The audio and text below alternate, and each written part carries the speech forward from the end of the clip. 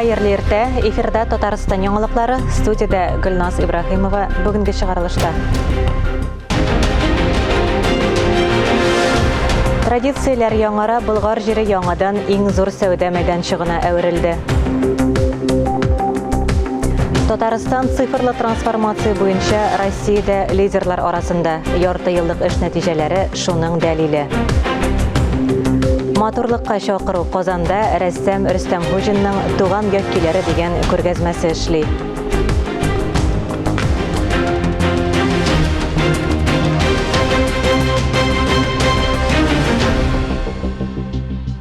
Казанда Идел буе Болгар дәүләтендә ислам динен кабул итүнең 1100 еллыгына багышланган 14-нче Бөтен Россия мөселман яшьләре форумы башланды. 1100 еллык форумы 31 июльгә кадәр Болгарда палаткалар шәһәрчелегендә уза. Форумда катнашу өчен 150ләп егет һәм кыз Казакъстаннан, Мисырдан һәм Россия төбәкләреннән килде.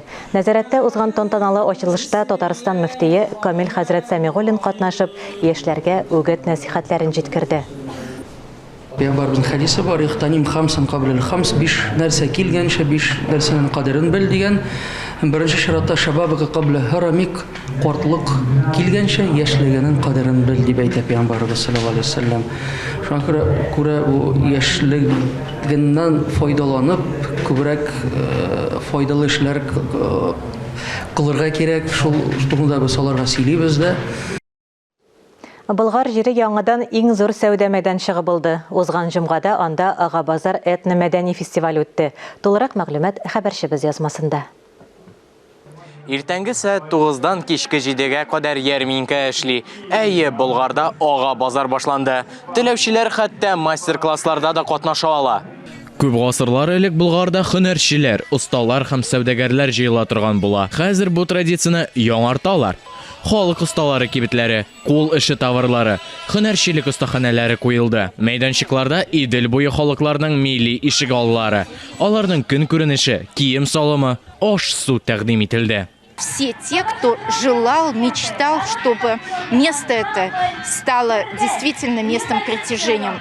Болгар кунаклар өчен көч алу урынына әверелде. Туристлар соны көннән-көн арта бара. Алар Татарстанлылар гына түгел, дөньяның күп кенә төбәкләреннән дә килә. Элек бу базарга һөнәрчеләр, кул осталары, сәүдәгәрләр үзләренең товарларын, җырларын алып килгәннәр. Ул вакытта Болгар аралашу, очрашу, сату, алу урыны булган. Һәм без әлеге атмосфераны Ага базар фестивале аша яңартырга тырыштык. Ага базардан соң безне август айында Болгардагы олы бәйрәм көтеп кала. Ага базар фестивален үткәрәбез менә үзегез күргәнчә. Бүген җомга көненә карамастан халык бик күп, бик шат без. Безнең фестивальләргә бүгенге фестивальдә безнең республикабыздан, күп кенә районнардан, күп кенә шулай катнашырга дип үзләре теләп килгән менә катнашучылар бик күп инде. Балалар һәм аларның әти-әниләре өчен иҗади дәресләр, өйрәтүче өстәл уеннары үткәрелде. Татарстан халыклары турында мультфильмнар күрсәтелде. Катнашучылар Татарстан Республикасы күчмә халык уеннары белән дә таныша ала иде. Һәм печән инсталляциясе, квест лабиринт уза алды. Ага базарда уеннар турында да онытмадылар. Хәтта уктан да атырга мөмкинлек бар иде.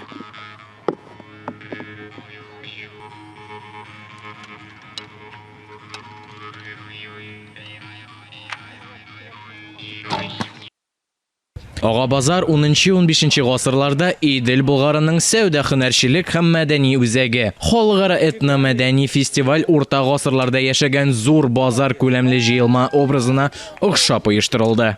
Шушы Ага базарга килеп зур сәүдә эше алып барганнар. Сәүдә генә түгел, хәтта инде төрле һөнәрчелекләрен дә, осталыкларын да күрсәткәннәр. Һәм әйтергә кирәк, монда уен, төрле балалар өчен уеннар һәм бер сүз белән генә әйтсәк, шушы Ага базар көнчыгыш илләрне, көнбатыш илләр белән элемтәгә кертсә, төньяк илләрне көньяк илләр белән элемтәгә керткән. Болгарда үткән һәм хәзерге заман бергә үрелә. Бу кешеләрне җәлеп итә. Әйе, бу көч урыны. Ислам динен кабул иткән җир, татар милләте торгызылган һәм киләчәктә бөтен дөньяга үзенең мәдәнияте, теле һәм халкы белән дан тоткан урын. Искәндәр Гамалдинов, Ирек Хамидуллин, Татарстан ялыклары. М7 трассасында Түбән Каманы урап узатырган төзелешнең мөһим этабы старт алды. Белгечләр юлның өске катламын җәя. Хәзер эшләр икенче этапка күчте. Аның озынлыгы 24 километр. Эсседә дә, салкында да, М7 трассасында эшләр теләсә нинди һава шартларында тәүлек әйләнәсе диярлек бара. Иң мөһим этапларның берсе булып, юлның өске катламын җәю тора. Аның калынлыгы 11 сантиметр. Соңрак югарыдан тагын 2 катлам җәелә. Шулай итеп трассада 23 сантиметр өслек түшәлә. Материалларның сыйфатына шикләнергә урын калмый. Входной контроль, который отрабатывает все, будем говорить, качественных материалов, будем говорить, которые завозятся на объект. Һәр җирдә контроль урнаштырылды. Материаллар килүгә аның сыйфат күрсәткечләрен тикшереп ачыклыйбыз. Федераль трасса яхшы сыйфатлы материаллардан гына төзелергә тиеш. Биредә асфальт бетонны сыныйлар, төрле алымнар белән сыйфатын тикшерәләр. 12 сәгатьтән соң аның суга чыдамлыгын ачыклыйлар. Хәтта махсус мичтә яндырып та карыйлар. Должен соответствовать ГОСТу. М7 трассасын төзүдә иң яхшы сыйфатлы асфальт бетон материаллары гына кулланыла. Без лабораториядә аны төрле усуллар белән тикшерәбез. Кат-кат сыныйбыз. Асфальт бетон шунда ук эшләп чыгарыла. Мини-фабрика тулысынча ихтыяҗны тәэмин итә. Аның җитештерүчәнлеге сәгатенә 250 тонна материал. Җитештерелә торган материал тулысынча трассага туры килә. Биредә транспорт тизлеген 90 чакрымга җиткерергә мөмкин була. Юл Түбән Кама белән дә тоташырга тиеш. Трассага Тынычлык проспектыннан элгерергә мөмкин була. Әлегә муниципаль юлны кайсы оешма һәм нинди акчага төзиячәге генә билгесез. Примыкание будет Федераль трассаны төзүнең үз бюджеты билгеләнгән. Безнең муниципаль юлны салырга вәкаләтебез дә, акчабыз да юк. Моны экспертлар билгеләргә тиеш. Трасса һәм Шулман елгасы аша күпер салу Казанга юл вакытын кыскарта. Стратегик әһәмияттәге башка уңай яклары да бар. Трасса Түбән Камадан транзит транспортын читкә чыгарырга мөмкинлек бирә. Төзелешне 2024 елда тәмамлау планлаштырыла. Әлегә барлык эшләрдә график нигезендә бара. Алия Галиуллина, Татарстан яңалыклары, Түбән Кама районы. Татарстан цифрлы трансформация буенча Россиядә лидерлар арасында. Ул икенче урында тора. Республика цифрлы үсеш министрлыгының ярты еллык эш нәтиҗәләренә йомгак ясалды. IT, кодлар язу һәм программалаштыру гына түгел. Ул яңа технологияләр һәм интернеттан файдаланучы барлык кешеләр өчен тулы бер тормыш.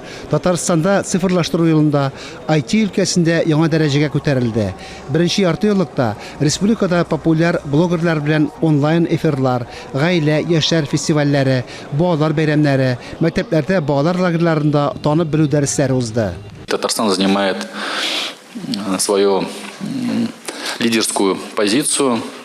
Татарстан Россия Федерациясе субъектлары арасында, лидерлар арасында цифрлы трансформация дәрәҗәсе, дәүләт хезмәтләре, элемтә инфраструктурасы, чаралар белән бәйле барлык проектлар күрсәткечләре буенча икенче урында тора. Кеше торак пунктларында югары тизлекле интернет, киберкуркынычсызлыкны тәэмин итү, электрон хезмәтләрне үстерү өчен махсус станцияләр корыла. Буларның барысы да цифрлаштыру юлының өстенлекле максатлары. Алар хәзерге этапта уңышлы үсә. В этом году 100 тысяч домохозяйств. Это очень солидная, большая внушительная. Бу ел 100 мең йорт хуҗалыгы. Бу бик зур сан. Оптик элемтә каналын турдан-туры авыл җирендә үз йортларына алалар. Икенче ярты еллыкка да планнар зурдан. Урам экстрем паркында Сефриада дигән IT фестиваль узды. Аның программасына лекториялар гына түгел, спорт ярышлары да кертелде. Шулай ук көзен Казанда IT халыкара форумын үткәрергә җыеналар. Фарис Мөхәммәтов, Ангелина Морозова, Ирек Хамидуллин, Татарстан яңалыклары. Эфирдә яңалыклар программасы дәвам итәбез. 8-нче Бөтен дөнья татар конгрессы съездына багышланган матбугат конференциясе узды. 5 елга бер тапкыр үткәрелә торган съезд һәр вакыт үзенчәлекле булып уза. Нинди генә съездны алма, ул һәр вакыт юбилей елы була. Быел да Бөтен дөнья татар конгрессының 30 еллыгына туры килә. Үткән съездларда 1000 кеше катнашса, быел беренче тапкыр 1500 катнашучы була. Шул сәбәпле үткәрү урыны да алмашынды. Ул Илһам Шакиров исемендәге концертлар залында булыр дип көтелә. Съезд Милли шура аның рәисе һәм урынбасарларын сайлау нигезендә үтә. Съезд онлайн рәвештә дә катнашырга мөмкин. Бүгін күнде үзенең мөмкинлекләре нигезендә 37 илдән безнең делегатлар һәм шәрәфле кунаклар килә. Тагын әйтәсем килә инде безнең үзәкләр һәм диаспоралар чит илләрдә 45 илдә.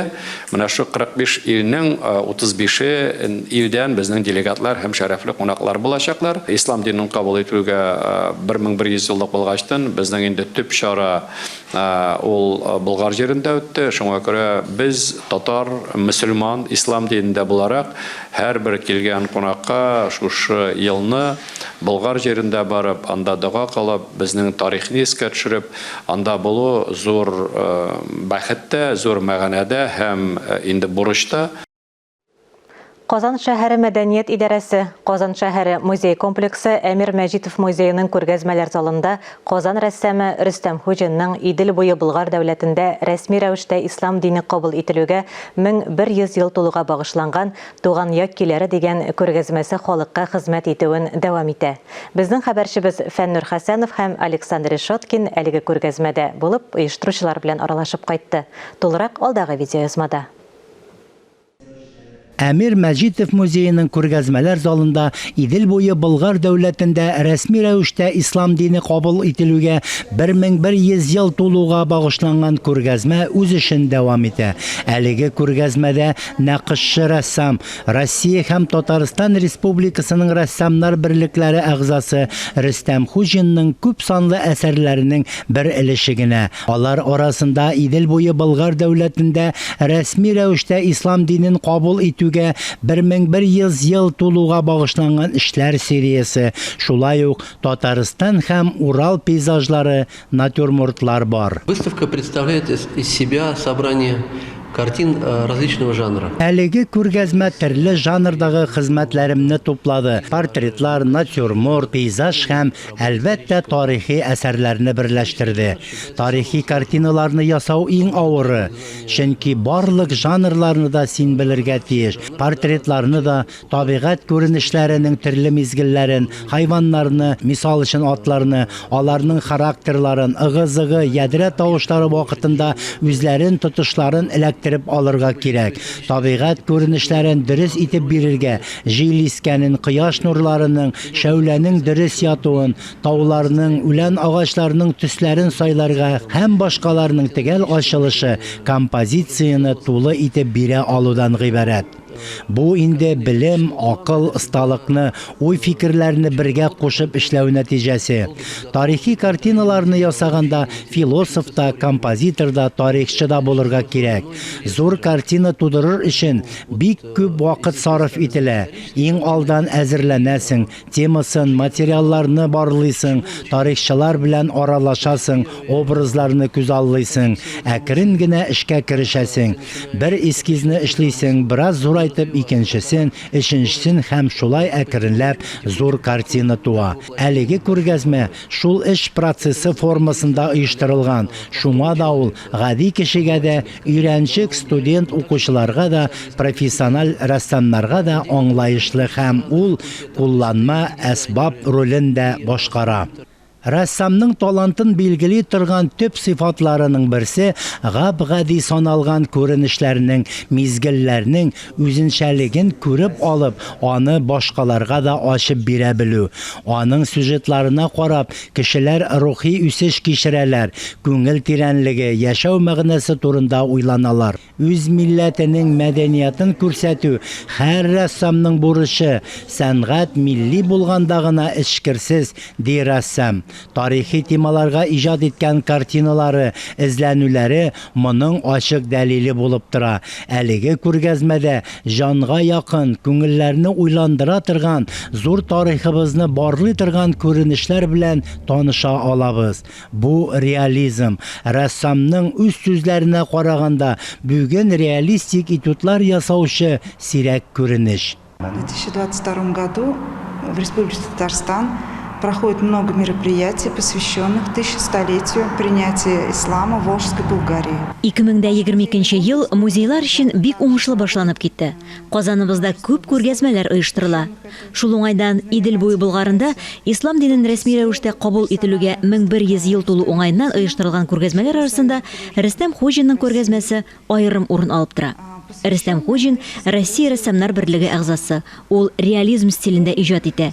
Югары белемле, тематик яктан күп кырлы профессиональ рәссам.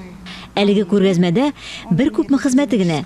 Ул Россия рәссамнары традициясен дәвам итүче рәссам, ләкин темасын үзебезнең тарихыбызны барлауга юнәлдерелде. Бу зур хезмәт. Ирак тарихыбызны күз аллап, безгә шул чорны дөрес итеп ачыклый алу, аның зур уңышы. Рәссам бүген дә урамнарга чыга, басу кырларда йөри, нидер яза, кулларын шымарта, һәр көнне иҗат итә. Рөстәм Фаид улы Хуҗин рәссам, график. 1975 елның 28 ноябрендә Уфа шәһәрендә туа. 1996 елда Пенза сәнгать училищесын тәмамлый. 2002 елда Мәскәүдә Россия нәкыш сәнгате, сынчылык һәм архитектура академиясын тәмамлый, профессор. Портрет остаханәсендә шөгыльләнә. Харис Якупов җитәкчелегендәге сәнгать академиясының нәкыш иҗат остаханәсен тәмамлый. 2005-2011 елларда Николай Фишин исемендәге Казан сәнгать училищесында укыта. Россия Федерациясе һәм Татарстан Республикасы рәссамнар берлеге әгъзасы. Выставка для художника – это подведение некого итога. Әлбәттә, һәр күргәзмә ул бер вакыт аралыгындагы эшкә йомгак. Күргәзмә ул тамашачы белән очрашу, аралашу, аларның фикерен ишетү. Аралашуда аларның синең хезмәтеңә булган мөнәсәбәтен күрәсең, ишетәсең. Чөнки рәссам өчен иң кирәклесе синең хезмәтеңә бәя. Бүгенге көндә халык нәрсә күрергә тели, нәрсә борчый, ник борчый, шуны аңлар өчен аралашу кирәк. Мондый күргәзмәләрнең асылы да шунда. Оештыручыларга һәм тамашачыларга бик зур рәхмәт. Килегез, карагыз, үз фикерләрегез белән уртаклашыгыз. Рөстәм Хуҗин Казанда һәм Татарстанда танылган рәссамнарның берсе. Ул баталь һәм тарихи жанрларда махсуслашып иҗат итә. Аның әсәрләре Татарстанның Дәүләт сынгы сәнгать музеенда, Казан музей комплексы коллекцияләрендә, Болгар музей тыюлыгында, Әлмәт картиналар галереясында, шулай ук Россиядә һәм чит илләрдә, Франция, Германия, Төркия шәхси коллекцияләрдә саклана. Әлеге күргәзмә республика көне бәйрәменә кадәр дәвам итә. Фәннур Хәсәнов, Александр Решоткин, Татарстан яңалыклары. Алимент түләүләре айрым контрольдә тора. Һәр айның беренче җомгасында алимент түләттерү мәсьәләләре буенча гражданнарны кабул итәләр. Алимент түләттерү проектын эшкәлекләре турында актуаль әңгәмә сәхифәсендә сүзне Алия Галиуллинага бирәм.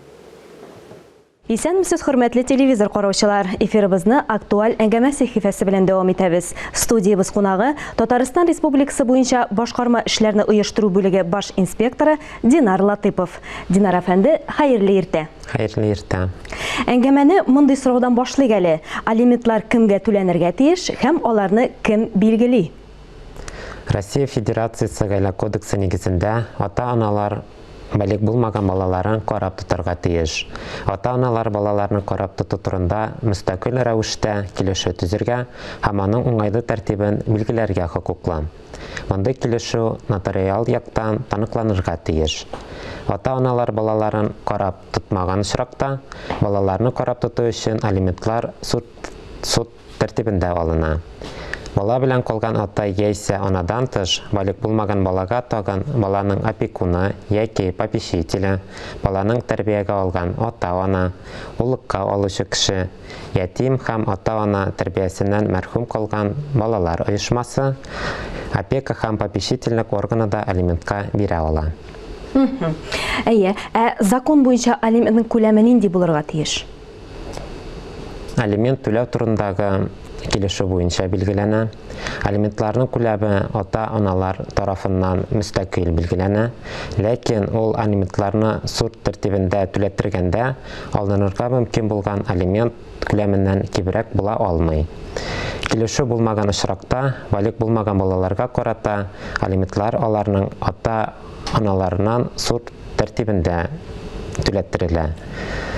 Бер балага ата-ана алган хезмәт хакының һәм башка керемнәреннән 4тән 1 өлеше күләмендә, 2 балага 3тән 1 өлеше күләмендә, 3 балага яки күбрәк балага хезмәт хакының ярты күләмендә түләттерелә.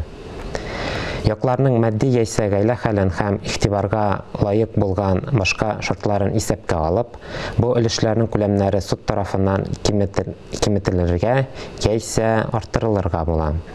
Аерым алганда, мондый хәлләргә түбәндәге хәлләр кертелергә мөмкин. Беренчедән, алимент түләүче кешенең балик булмаган һәм баликлык яшенә җитеп хезмәткә сәләтсез балалары, шулай ук закон буенча карап торган тиешле башка затлар булуы, алимент түләүченең аз хезмәт хакы алуы. Суд баланы карап тоту өчен алиментларны төгәл акча ярдәмендә дә түләттерелә ала. Мондай очракта алимент түләргә тиешле ата-аналарның даими ише һәм эш хакы яки башка кереме булмаса, яисә эш хакы даими булмаса, гел үзгәреп торса, яисә эш хакын кулдан, яисә чит ил валютасында алса. Аңлашылды. Менә бала өчен түгәрәкләр яки балалар бакчасына кирәк яракларны алу суммасы алимент суммасына керәме? Юк, бары тик акча күчерелү генә алимент булып санала. Балага уенчыклар, кием-салым яки башка әйберләр ярдәм рәвешендә бирелә икән, ул алимент булып саналмый.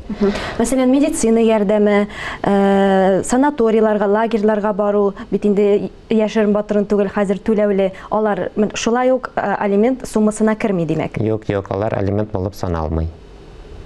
Алиментлар килешүдә яки башкара документында күрсәтелгән ешлыкта һәм күләмендә түләнергә тиеш. Алиментлар ничек индексациялана һәм аларның минималь суммасы нинди? Төгәл акча суммасында алынган алиментлар индексацияланырга тиеш. Индексацияны я суд приставы башкаручысы, я алимент түләүче кешенең эш урыны буенча бухгалтерия башкара. Димәк, ул даими рәвештә индексацияланып килә. Менә әйтик, балага хәзер 10 яшьти, аерылышкан вакытта аңа нибары 3 яшь булган. Һәм менә узган елларның барысы өчен дә алиментны түләтеп буламы? Алимент судка мөрәҗәгать иткән вакыттан башланып китә. Әгәр суд барышында судка мөрәҗәгать иткәнчегә кадәр карап тоту өчен акча алу максатында чаралар күрелүе, ләкин алимент түләүче кешенең аларның түләүдән читләшеп йөрүе турында билгеләнсә, узган чор өчен алимент судка мөрәҗәгать иткәннән алдагы 3 ел өчен түләттерелергә мөмкин. Димәк, бары тик алдагы 3 ел өчен генә. Менә 7-8 ел үткән булса да ахыргы 3 ел өчен генә түләнелә, шулаймы? Нәкъ шулай. Динар әфәнде, әңгәмәгез өчен рәхмәт. Кызганычка каршы вакытыбыз чикле һәм без сезнең белән әле әңгәмәне киләсе чыгарышларда дәвам итәрбез. Рәхмәт. Әлеге сәгатькә шундый яңалыклар иде. Берничә минуттан эфирыбызны хәерле көн Татарстан тапшыруы дәвам итә. Без яңалыклар иҗат төркеме бүгенгә саубуллашабыз. Үзегезне һәм якыннарыгызны саклагыз. Сау-сәламәт булыгыз.